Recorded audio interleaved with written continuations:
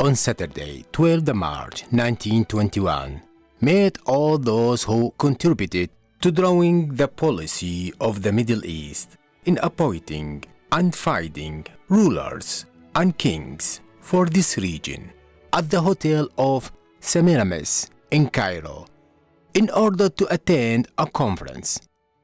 There was the only woman invited to the conference who know more about the complexities of the Middle East than the others.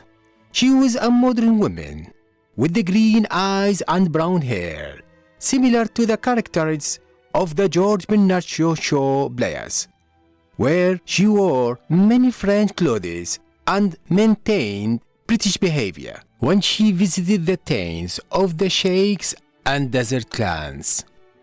She was able to convince Winston Churchill, the colonial secretary at that time, to appoint Faisal ibn al-Sharif Hussein as the first king of Iraq. This woman was Gertrude Margaret Lothian Bell. So, who is this woman?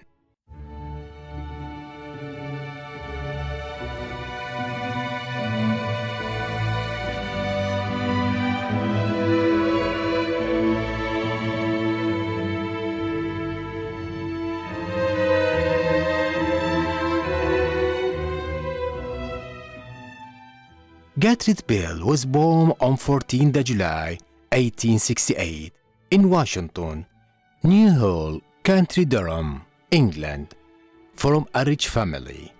Since her childhood, she has a daring personality. Her mother died when she was 3 years old. At the age of 16, she went to the University of Oxford History Department, graduating in 2 years. She was the first girl to receive a first-class honors degree in the history. She traveled to Iran in May 1892 to visit her uncle, Sir Frank Laslin, the British ambassador to Tehran, where she gave impression and description of that country in her book Persian Pictures. Although Persia and Persian literature initially influenced her, the Arab region later took her interest. Gertrude read Charles Dietz' book on his travels in the Arab lands, so she attracted of Arab life and Arabic literature.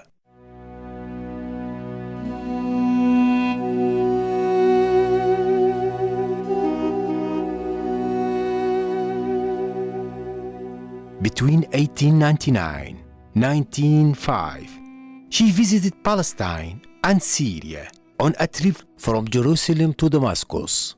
She became acquainted with the Druze living in Mount ad-Druze. And after a 5-hour journey on the back of camel, she met with the two archaeologists, Campbell Thompson and Thomas Edward Lawrence, or Lawrence of Arabia. Although they said they were working on explorations, but at the same time, they were watching the Germans in the process of the Berlin-Baghdad railway project. She explained her journey in her book, which published in 1907 under the title The Desert and the Sun. In January 1909, she went to Iraq. She discovered the fortress of Al-Aghdar, located nearly 50 kilometers south of Karbala. And in the late 1913, Bell arrived in Damascus and made plans for an exploration trip to the Shamian Desert and to enter to the Arabian Peninsula, where she explored desert lands between 1913 and 1914. She met many tribal sheikhs there.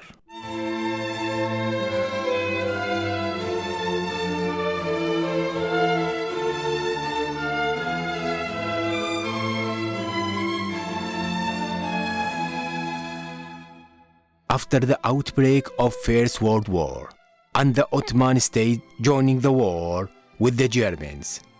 Bell presented many maps to the British government explaining the reality of the desert and the nature of the tribal, the sheikhs. In November 1915, she was summoned to the Arab Bureau in Cairo, the British intelligence office for the Arab world, under the command of General Gilbert Kelton, in order to benefit from their knowledge of Arab affairs, to encourage Arab forces to join with the British in their war against the Turkish armies.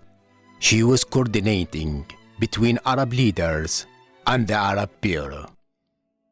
In March 1916, she arrived in Basra, southern Iraq, which was occupied by British forces in November 1914, in order to help British Governor Percy Cox in Iraq.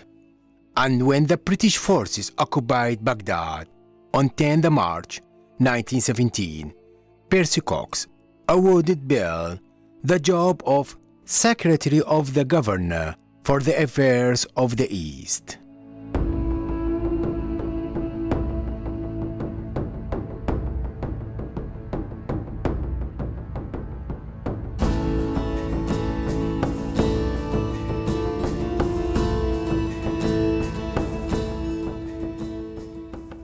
After the end of the First World War and the collapse of the Ottoman Empire in the late January 1919, they asked her to study the current status and the future options for leadership in Mesopotamia, Iraq. She wrote a report which it considered to be unofficial references to the British. This report was sent to the English Parliament, which took a lot of media attention in Britain. It consists of 149 pages under the title Review of the Civil Administration of Mesopotamia, which provided a detailed study of the situation of the country and the region at that time.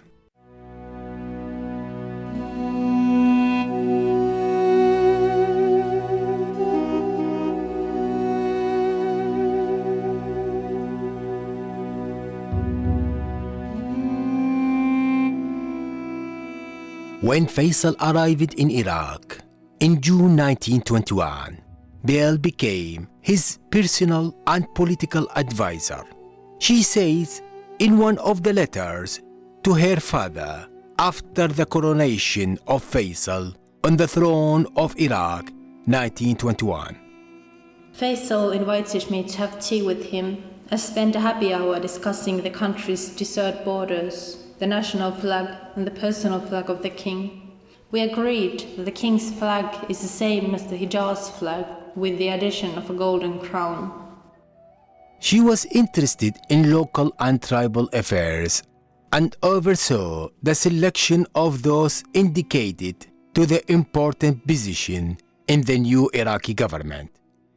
She became the important figure in the government, and because of her influence on the new king, she was nicknamed the Khatun, means the lady.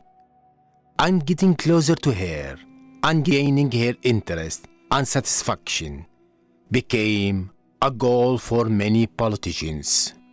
She said, I have recently felt a strong sense of how our Arab friends want to take our advice. That they come to me not only to ask advice about their current behavior, but also to ask me about the future of the country. In addition, in her political work, she was interested in Iraq archaeology and exploration. Between 1923 and 1926, she worked on the establishment of an archaeological museum in Baghdad, and this museum became in her director.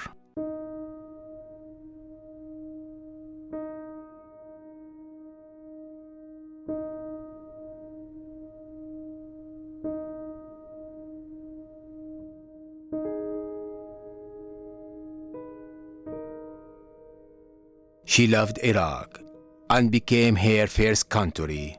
She expressed it in one of her letters to her father. I'm not interested in going back to London. I love Baghdad and I love Iraq. That is a release for movement and activity, and talked many romantic things there and affect my entity. Gertrude Bell has faced some health and family problems, from ill health to pulmonary disease. Family problems because her brother died of typhoid in England, and her family's financial crisis. She had a feel of isolation and depression, which led her to a suicide.